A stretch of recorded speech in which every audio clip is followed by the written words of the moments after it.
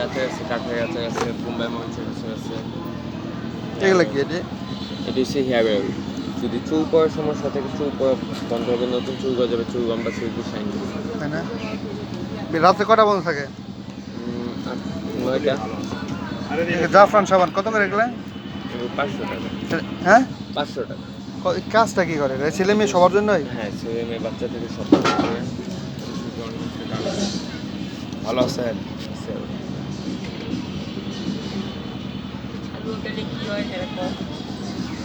হালুয়া শরীরে বহুত রকমের উপকার আছে। বিটের না জেলি কত বিক্রি করেন এগুলো? বিট জেলি বিট জেলি 200 টাকা। 200 টাকা। লুঙ্গি বিক্রি করেন নাকি? কত করে?